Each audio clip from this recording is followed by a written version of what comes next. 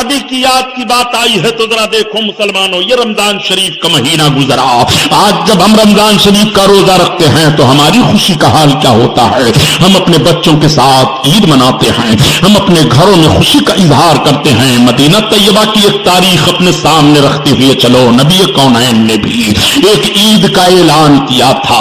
مدینہ شریف میں رمضان کا مکمل مہینہ گزر جاتا ہے، مکمل مہینہ گزرا، صحابہ نے بڑے جوش و خروش سے روزے رکھے ہیں، عید کا چاند طلوع ہو گیا، چاند کا اعلان کر دیا جاتا ہے، مدینہ میں بڑی خوشی منائی جاتی ہے کہ چاند ہو گیا ہے۔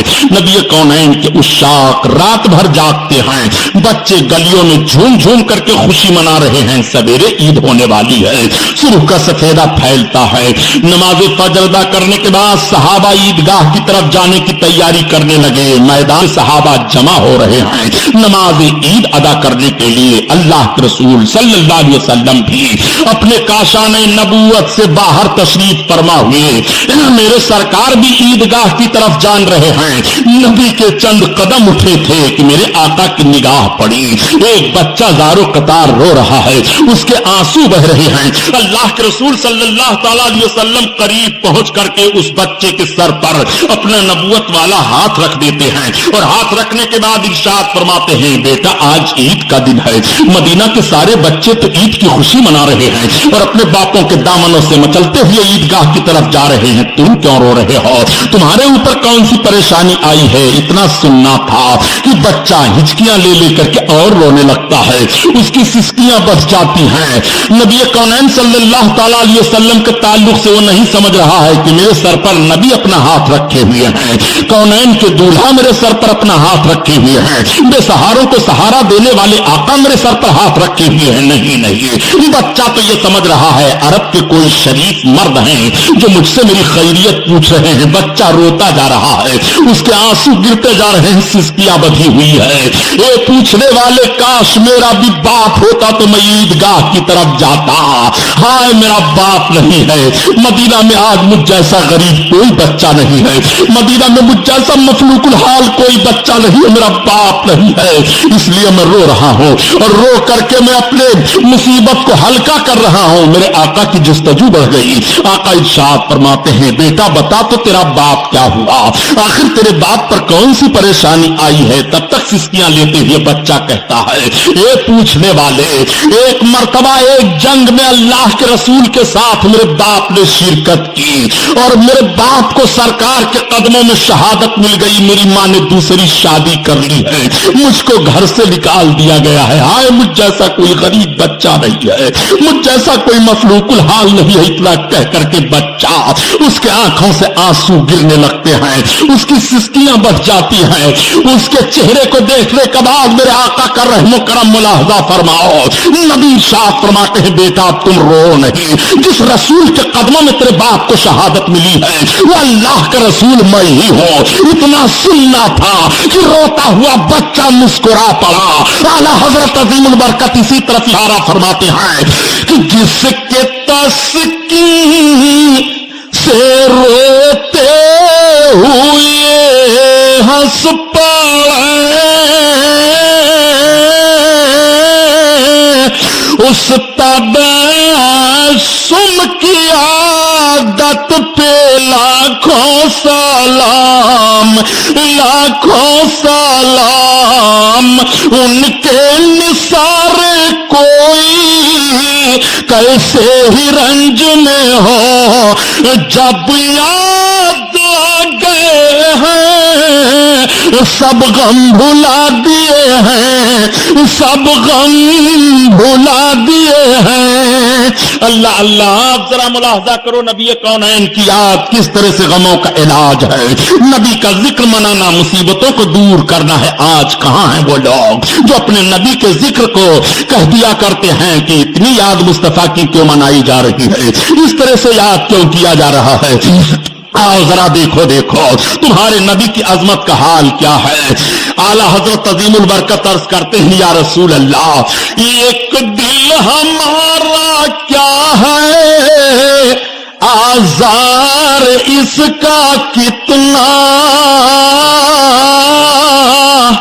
اور تم نے تو چلتے پھر پھرتے مردے جلا دیے ہیں، مردے جلا دیے ہیں۔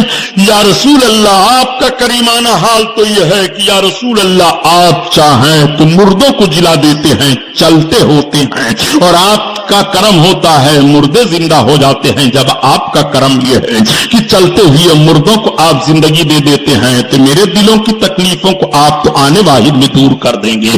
یا رسول اللہ، ایک نظر آپ کی اٹھ جائے تو میرے دل کی کیفیت کا حال ہی بدل جائے گا۔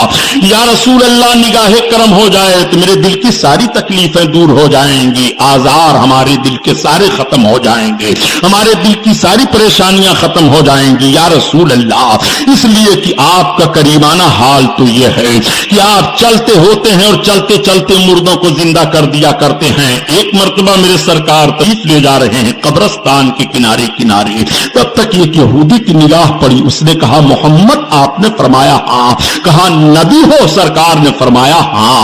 اس نے کہا نبی ہو تو کسی قبر والے کو زندہ کر دو۔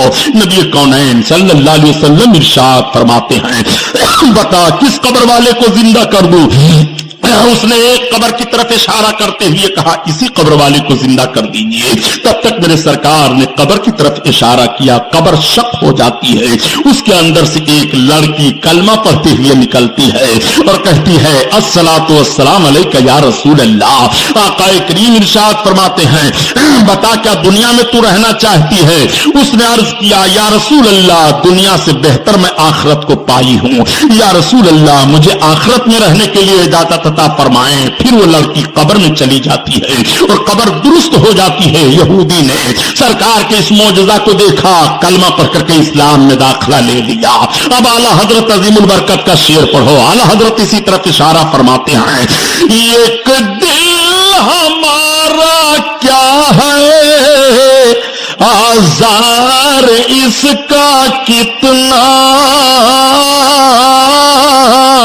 اور تم نے تو چلتے پھرتے مردے جلا دیے ہیں، مردے جلا دیے ہیں۔ تم نے تو چلتے پھرتے مردے جلا دیے ہیں، مردے جلا دیے ہیں۔ اور جب آ گئی ہے جوش رحمت پہ ان کی آنکھیں، جب آ گئی ہے جوش رحمت پہ ان کی آنکھیں، جلتے بجھا دیے ہیں، روتے ہنسا دیے ہیں، جلتے بجھا دیے ہیں، روتے ہنسا دیے ہیں، روتے ہنسا دیے ہیں۔ اعلیٰ حضرت عظیم البرکت نے اسے کیوں کہا؟ ذرا قیامت کے میدان کا نقشہ سامنے رکھو۔ میرے آقا صلی اللہ علیہ وسلم جلتوں کو کیسے بجھاتے ہیں اور روتوں کو کیسے ہنساتے ہیں۔ قیامت کا میدان ہوگا، جنتی جنت میں چلے جائیں گے اور دوزخی دوزخ میں چلے جائیں گے۔ وہ لوگ دوزخ میں ڈال دیے جائیں گے جو اپنے گناہوں سے بلا توبہ کیے ہوئے مرے ہوں گے۔ اے مسلمانوں، تمہارا رب قرآن میں بیان فرماتا ہے والعاقبۃ للمتقین، اور آخرت میں اچھا انجام پرہیزگاروں کے لیے ہے۔ توبہ کر کے پرہیزگار بن جاؤ۔ آقا کریم نے ارشاد فرمایا التائب من الذنب کمن لا ذنب لہ، گناہوں سے توبہ کرنے والا ایسے ہی ہو جاتا ہے گویا اس نے گناہ نہیں کیا۔ یہ سرکار کا کتنا بڑا کرم ہے کہ جو بندہ اپنے گناہوں سے توبہ کر لیتا ہے رب تعالیٰ اس کی توبہ قبول فرما لیتا ہے۔ کل قیامت کے دن جب اس کا نام عمل کھولا جائے گا تو جن جن گناہوں سے اس نے توبہ کی ہے وہ گناہ اس کے سامنے نہیں لائے جائیں گے۔ کتنا کرم رب کا حضرہ ملاحظہ فرماؤ۔ بندہ نے چوری کر لیا اور چوری سے توبہ کر لی ہے، اس سے زنا جیسا گناہ ہو گیا ہے، اس نے توبہ کر لی ہے۔ ناحق اس نے قتل کر دیا ہے، اس نے توبہ کر لی ہے۔ کسی کا حق مار لیا، اس کو توبہ کر لیا حق ادا کرتے ہوئے۔ اب ذرا دیکھیے یہ بھیانک بھیانک بڑے بڑے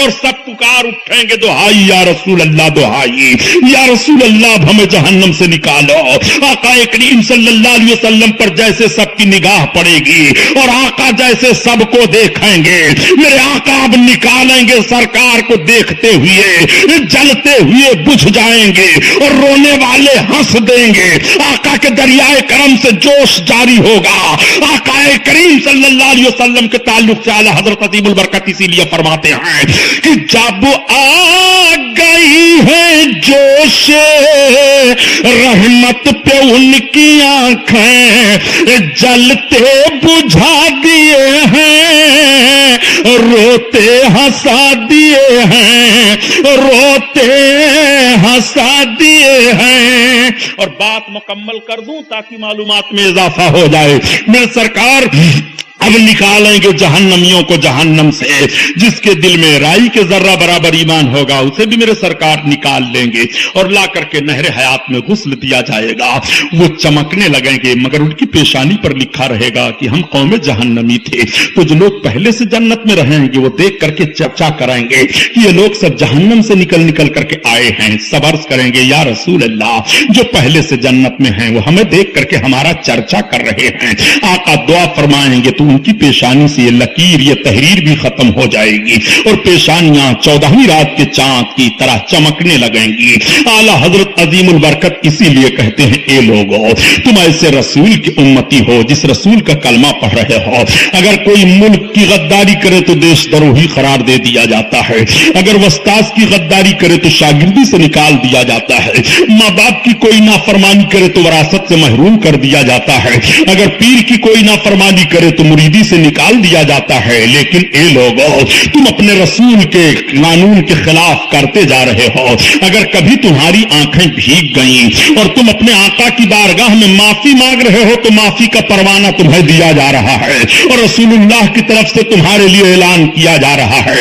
اعلیٰ حضرت عظیم البرکت اسی کو تو بیان فرماتے ہیں اور ارشاد فرماتے ہیں یا رسول اللہ بے ہنر و بے تمیز کس کو ہوئے ہیں عزیز. بے ہنر و بے تمیز کس کو ہوئے ہیں عزیز. ایک تمہارے سوا تم پہ کرو درود. ایک تمہارے سوا تم پہ کرو درود.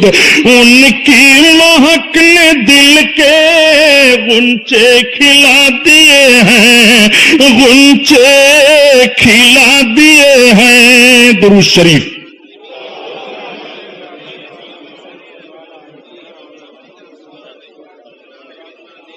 صلی اللہ علیہ نبی وآلہ صلی اللہ علیہ وسلم. صلاۃ و سلام علیک یا رسول اللہ صلی اللہ تعالی علیہ وسلم. اب دیکھیے دوسرا عنوان جب اٹھے گا تو ٹائم لگے گا, اس لیے میں انتظامیہ سے عرض کروں گا کہ حضور خطیب البراہیم کو اسٹیج پر لائیں. درود شریف پڑھ لیجیے. اللہم صلی علی سیدنا مولانا محمد معدن الجود والکرم وعلی آلہ وبارک وسلم. صلاۃ و سلام علیک یا رسول اللہ. تو جو آیت کریمہ میں نے تلاوت کرنے کا شرف حاصل کیا ہے اس پر چند باتیں عرض کر دوں. والعاقبۃ للمتقین.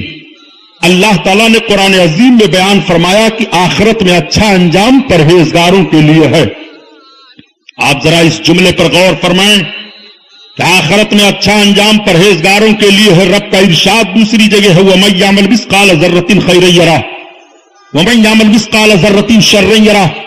جو ذرہ برابر نیکی کرے گا وہ بھی قیامت کے دن دیکھے گا, جو ذرہ برابر گناہ کرے گا وہ بھی قیامت کے دن دیکھے گا. آپ ذرا ملاحظہ کریں کہ رب فرماتا ہے کہ والعاقبۃ للمتقین, اور آخرت میں اچھا انجام پرہیزگاروں کے لیے ہے. گناہ کیسے آپ سے ہو رہا ہے, خطائیں کیسے آپ کرتے چلے جا رہے ہیں. صحابہ کی کتنی اچھی جماعت ہے جس کے تعلق سے آقا کریم صلی اللہ علیہ وسلم نے ارشاد فرمایا کہ میرے جتنے صحابہ ہیں سب کے سب جنتی ہیں. حضرت ابوبکر صدیق جنتی ہیں, عمر فاروق اعظم جنتی ہیں. بلکہ حال یہ ہے کہ ایک مرتبہ میرے سرکار تشریف فرما ہیں, جلوہ افروز ہیں, صحابہ کی انجمن لگی ہوئی ہے. تب تک حضرت ابو بکر صدیق رضی اللہ تعالیٰ عنہ آ گئے. آقا فرماتے ہیں وہ دیکھو ابو بکر ابن قحافہ آ رہے ہیں, جنتی ہیں. تب تک حضرت عمر ابن خطاب آ گئے. آپ فرماتے ہیں وہ دیکھو عمر ابن خطاب آ رہے ہیں, جنتی ہیں. تب تک حضرت عثمان غنی آ گئے. آپ فرماتے ہیں وہ دیکھو عثمان ابن عفان آ رہے ہیں, جنتی ہیں. تب تک حضرت مولائے کائنات آ گئے. آپ فرماتے ہیں وہ دیکھو علی ابن ابی طالب آ رہے ہیں, جنتی ہیں. تب تک حضرت عبد الرحمن ابن عوف آ گئے. آپ فرماتے ہو دیکھو عبد الرحمن ابن عوف آ رہے ہیں, جنتی ہیں. تب تک حضرت سعد بن وقاص آ گئے. آپ فرماتے ہو دیکھو سعد بن وقاص آ رہے ہیں, جنتی ہیں. تب تک حضرت عبیدہ بن جراح آ گئے.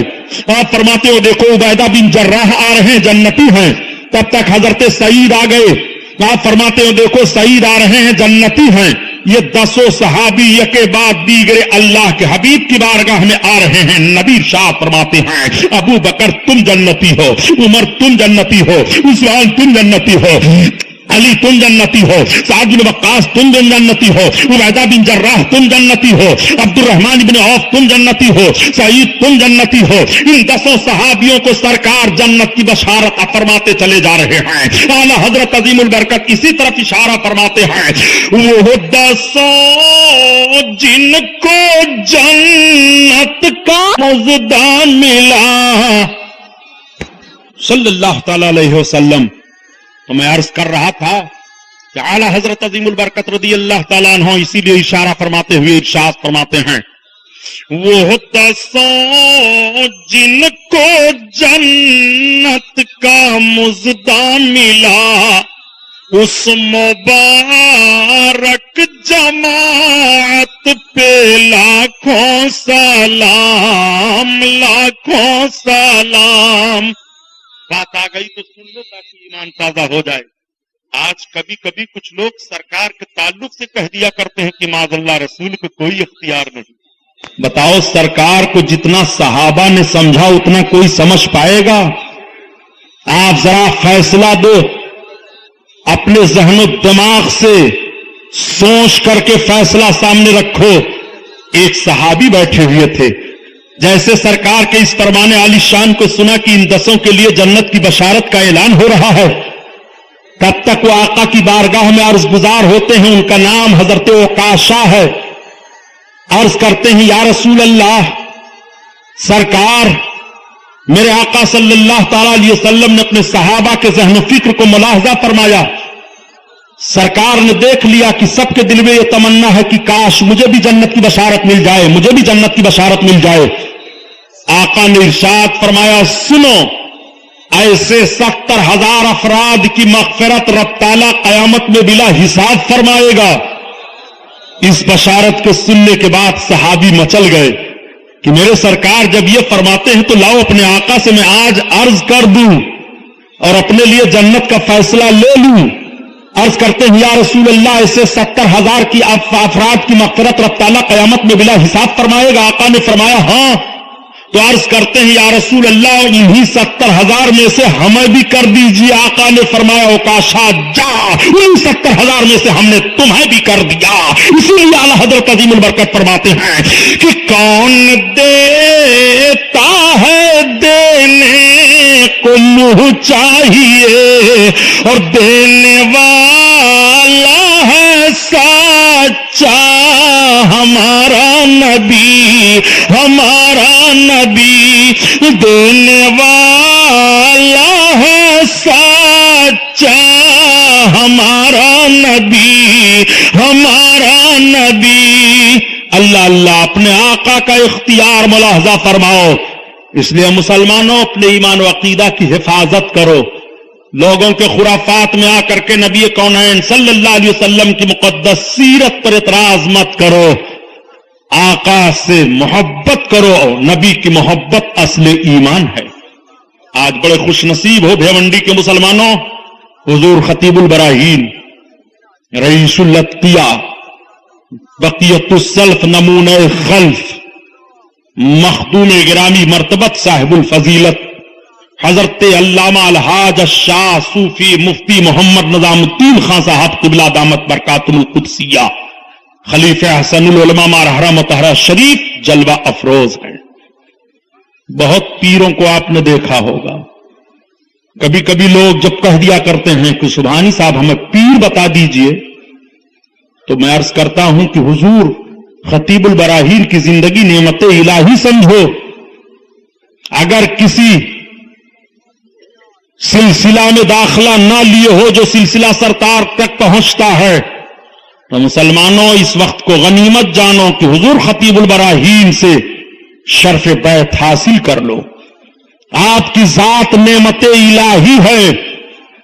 ایسی ہی شخصیتوں کے تعلق سے فرمان رسول ہے کہ النظر الی وجہ العالم عبادت، عالم دین کا چہرہ دیکھنا عبادت ہے.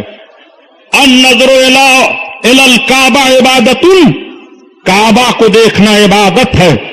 النظر الی وجہ الوالد عبادت، باپ کا چہرہ دیکھنا عبادت ہے. باپ کا چہرہ دیکھنا عبادت ہے. کعبہ دیکھنا عبادت ہے. اور عالم دین کا چہرہ دیکھنا عبادت ہے. ایسے ہی علماء کے تعلق سے نبی کونین صلی اللہ علیہ وسلم کا فرمان عالی شان ہے کہ جس آبادی سے عالم با عمل گزر جاتا ہے عذاب اٹھا لیا جاتا ہے.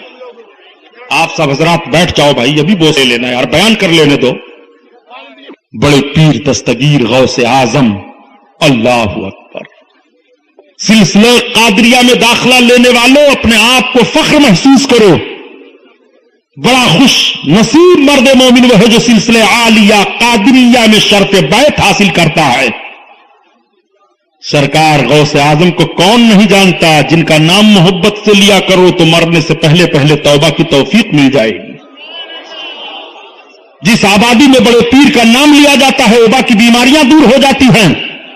جس گھر میں بڑے پیر کا نام لینے والا ہو گھر سے غربت و افلاس کا جنازہ نکل جاتا ہے. اعلی حضرت عظیم البرکت سے سوال ہوا کہ حضور پیر کیسا ہونا چاہیے، پیر کے لیے شرطیں کتنی ہیں؟ تو آپ نے فرمایا پیر کے لیے 4 شرطیں ہیں. یہ علماء تشریف فرما ہیں. حضور خطیب البراہین کے شہزادہ گرامی وقار ہمارے آپ سب کے مختوم میں گرامی مرتبت حضرت علامہ حبیب الرحمان خان صاحب دامت برکاتہ القدسیہ، حضرت علامہ محمد عیسیٰ صاحب قادری رضوی، یہ علماء تشریف فرما ہیں. ان سے آپ پوچھو کہ پیر کے اندر کتنی شرطوں کا پایا جانا ضروری ہے. بہت غور سے اس بات کو سن لو. علم غلم پیروں کے چکر میں مت پڑو. پیر آخرت کے لیے کیا جاتا ہے. یہی جب میں جملہ کہہ دیتا ہوں تو کچھ لوگ ناراض ہو جاتے ہیں کہ سبحانی صاحب کو ایسا نہیں کہنا چاہیے. تب کیا کہنا چاہیے؟ مسئلہ نہیں بتانا چاہیے. پیر میں 4 شرطوں کا پایا جانا ضروری ہے. پہلی شرط تو یہ ہے کہ وہ سنی صحیح العقیدہ ہو. یہیں سے پتا چلا کہ کسی بدمذہب کو پیر بنانا نہیں ہے. دوسری شرط یہ ہے کہ اس کا سلسلہ بیعت سرکار تک پہنچتا ہو. سلسلہ بیعت کا مطلب کہ اس پیر کا ہاتھ ان کے ہاتھ میں، ان کا ہاتھ ان کے ہاتھ میں، ان کا ہاتھ ان کے ہاتھ میں، ان کو ان سے اجازت، ان کو ان سے اجازت، ان کو ان سے اجازت. تقویٰ، طہارت، شریعت کی پابندی کے وصولوں کے ضابطہ اور اقرار کا معاملہ سلسلہ بسلسلہ سرکار تک پہنچ رہا ہو، درمیان میں کہیں منقطع نہ ہو. اور تیسری شرط یہ ہے کہ وہ عالم دین ہو، ایسا عالم ہو کہ ضرورت کے مسائل وہ کتابوں سے نکال سکے. پتہ یہ چلا کہ غیر عالم کو پیر بنانا جائز؟ زور سے بولو. اعلی حضرت سے پوچھا گیا کہ غیر عالم کو واعظ کہنا کیا ہے؟ تو آپ فرماتے ہیں کہ غیر عالم کو واعظ کہنا حرام ہے.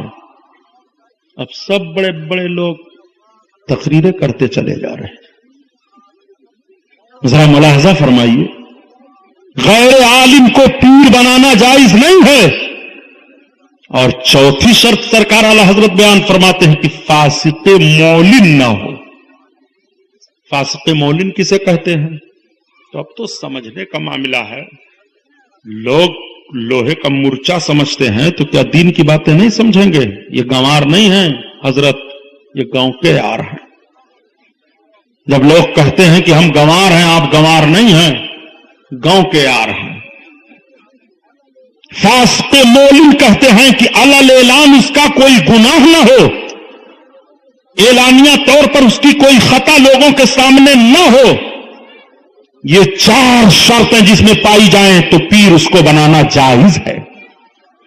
لیکن اگر ایسا پیر آپ کو مل جائے کہ جس کا عمل سنن پر ہو، مستحبات پر ہو، جس کو دیکھو تو خدا یاد آ جائے، جو بیٹھیں اور چلیں تو بزرگان دین کی تصویر دکھائی دیں، عملی نمونہ پیش کر دیں، حضور خطیب البراہیم کی ذات گرامی کو دیکھنے والے جب دیکھتے ہیں تو جنہوں نے حضور حافظ ملت کو دیکھا ہے وہ کہنے پر مجبور ہو جاتے ہیں کہ چلتا پھرتا موجودہ زمانہ میں حافظ ملت دیکھنا ہو تو حضور خطیب البراہیم کو دیکھ لے، مجاہد ملت کی ہمت دیکھنی ہو تو خطیب البراہیم کو دیکھ لے، حضرت علامہ اعظمی کا تقویٰ طہارت دیکھنا ہو تو خطیب البراہیم کو دیکھ لے، حضور مبین الدین امروہوی کا عشق و محبت کا ماحول دیکھنا ہو تو خطیب البراہیم کو دیکھ لے، شریعت مصطفی پر عمل کرتے ہوئے لمحہ لمحہ سیکنڈ سیکنڈ جو ذات گرامی دکھائی دے رہی ہے وہ حضور خطیب البراہیم کی ذات گرامی ہے۔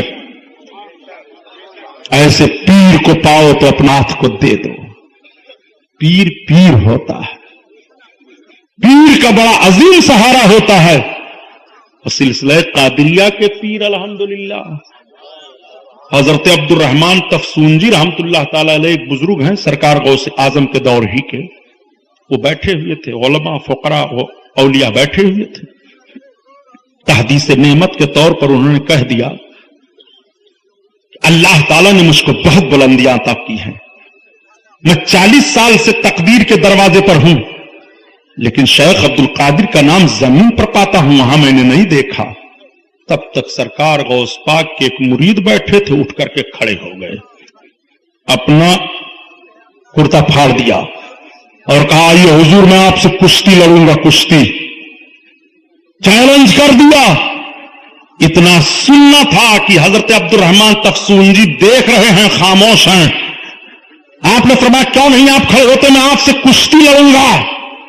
لوگوں نے کہا حضور کیا بات ہے؟ کہا میں دیکھ رہا ہوں کہ اس اللہ والے کے جسم کے روئے روئے پر عنایت الہی ہے۔ آپ نے فرمایا اچھا بیٹھ جاؤ، لباس پہن لو۔ کہا میں لباس نہیں پہنتا ہوں جس کو اتار دیتا ہوں۔ کہا تو دوسرا لباس پہن لو۔ کہا وہ اپنا لباس میں پہنوں گا۔ آواز دیا اپنی بیوی کو فاطمہ میرا لباس لاؤ۔ ان کا گاؤں بہت دور تھا، آواز پہنچ جاتی ہے، ان کی بیوی نے وہیں سے ہاتھ بڑھا کر کے آپ کا لباس پیش فرما دیا، انہوں نے لباس پہن لیا۔ کہا دیکھو شیخ عبد القادر جیلانی کے غلام کا جب یہ حال ہے تو غوث اعظم کا حال کیا ہوگا؟ اسی لیے اعلیٰ حضرت عظیم البرکت فرماتے ہیں کہ غوث پاک سے محبت کیا کرو، یا الہی قادری کر قادری رکھ قادریوں میں اٹھا، قدر عبد القادر قدرت نما کے واسطے۔ نماز نہ چھوٹنے پائے، نماز چھوڑ دیتے ہو، دوسری قومیں اور دوسرے ذہن و فکر کے لوگ تانا دیتے ہیں نماز تو آپ پر فرض ہے، آپ کیسے نماز چھوڑ دیتے ہو؟ نبی کونین صلی اللہ علیہ وسلم کا فرمان عالی شان ہے، سن لو جوانوں مردوں بوڑھو بچوں سب سنو۔ نبی ارشاد فرماتے ہیں من ترک الصلاۃ متعمدا فالقیا فی النار 30 حقبا، جو جان بوجھ کر ایک وقت کی نماز چھوڑ دیتا ہے وہ 80,000 سال تک جہنم میں جلتا رہے گا۔ اس لیے نماز نہ چھوٹنے پائے۔ بڑا اچھا آپ کا ذہن و فکر ہے، بزرگوں کو چومنا دیکھنا عبادت ہے، ان کی نسبت ہمارے لیے بخشش کا ذریعہ ہے۔